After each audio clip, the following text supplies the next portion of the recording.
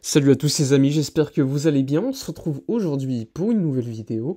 Juste avant de commencer cette vidéo, n'hésitez pas à me suivre sur mes différents réseaux sociaux, à vous abonner à la chaîne Actualité Barça, à vous souscrire à la page Twitter Actualité Barça également. N'hésitez pas également à partager, etc.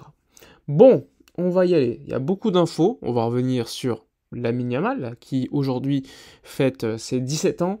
On va également revenir sur les propos de Javier Tebas concernant le mercato du Barça. Il s'était également exprimé concernant la situation économique du Barça, mais aussi sur Nico Williams. Bref, il est revenu sur pas mal de sujets. On va également revenir de manière générale sur l'après-saison, le sujet de certains joueurs, les blessures, etc. Donc, soyez attentifs.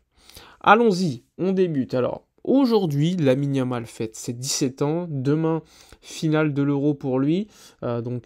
C'est une finale attendue pour le jeune joueur qui a fait pas mal d'interviews hier, lors de la conférence de presse espagnole juste avant. Il y a eu pas mal de médias, Marca, Raccoon, pas mal de radios également.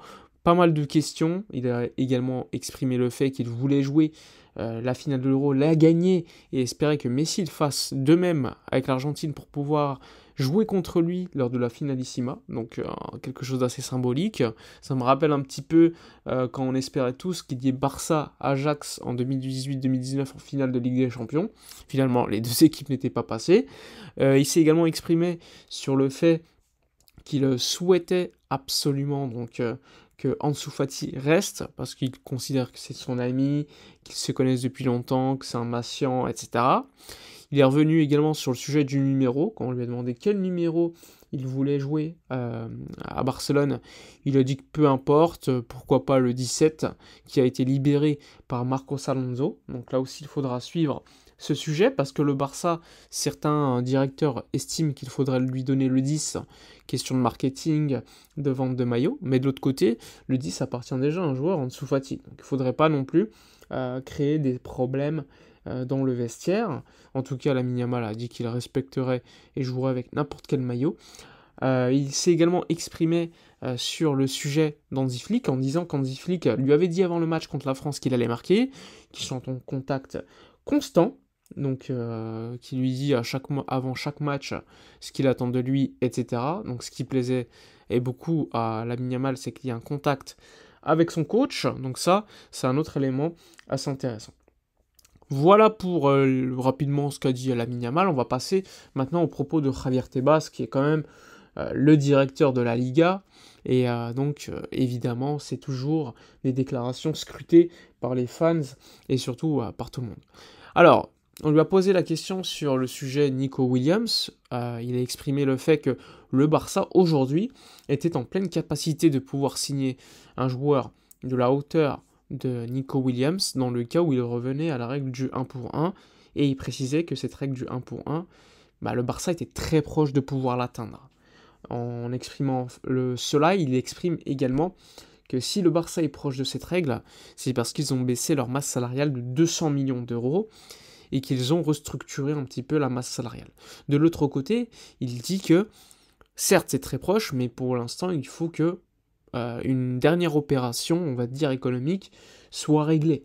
Et lorsqu'elle sera réglée, il n'y aura pas de problème pour signer un joueur comme Nico Williams. Et là, il a précisé qu'un joueur comme Nico Williams, ça pourrait coûter aux alentours de 25 millions d'euros chaque année dans les comptes, avec le salaire et l'amortissement annuel du transfert.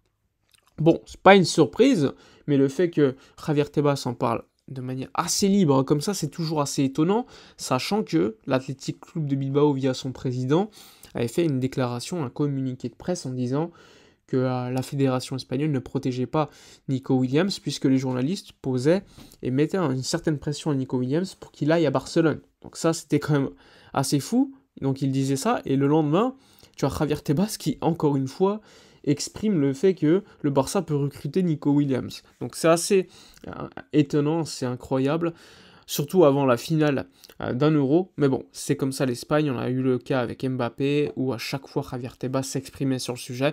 C'est pas la première fois que Tebas fait une certaine ingérence en évoquant de manière publique la situation des clubs, ce qui pourrait les mettre dans des situations plus ou moins favorables sur le mercato. Ça aussi, c'est quelque chose que j'ai jamais compris, mais bon, c'est Javier Tebas.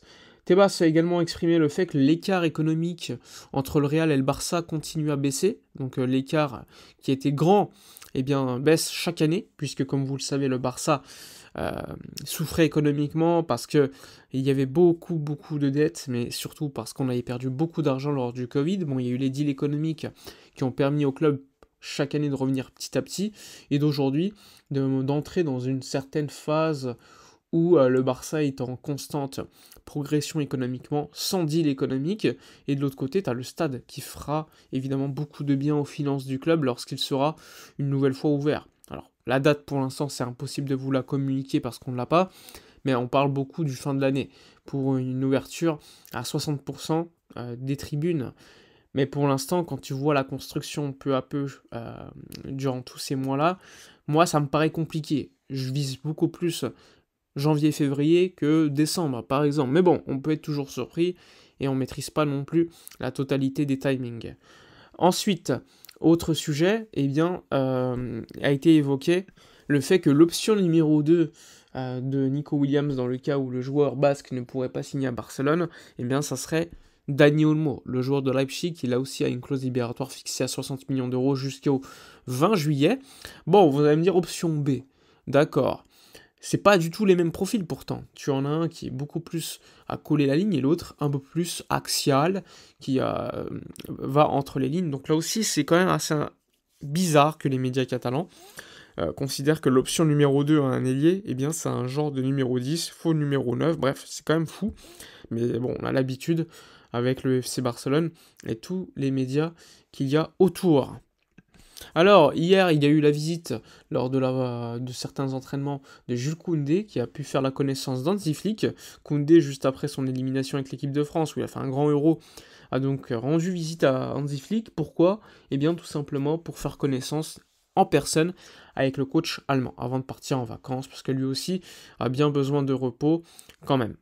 Il y a eu également pas mal d'entraînements, on a vu que c'était assez physique, des entraînements différents, donc là aussi à suivre, avec notamment Michael Faye qui impressionne en entraînement, tout comme Ansu Fati. Bon, on verra d'ici là, au moment où il y aura des matchs de pré-saison, comment ils vont faire pour convaincre. De l'autre côté, tu as Frenkie de Jong qui lui devrait être absent encore 10 à 15 jours selon Javi Miguel du diario AS. Donc là aussi c'est important de l'avoir parce que comme vous le savez, eh bien au milieu de terrain il y a beaucoup de blessés. Gavi, Pedri, De Jong, ça fait beaucoup. Sachant que comme vous le savez, Fermín López participe aux Jeux Olympiques. On pourrait être dans une situation où Oriol Romeu devrait rester tout au long du mois d'août et trouver une porte de sortie qu'à la fin. Bref, voilà pour toutes les informations de la journée. N'hésitez pas comme d'habitude à donner votre avis dans les commentaires, à liker, commenter, partager, à soutenir la chaîne. Moi je vous dis à la prochaine et d'ici là comme d'habitude, portez-vous bien.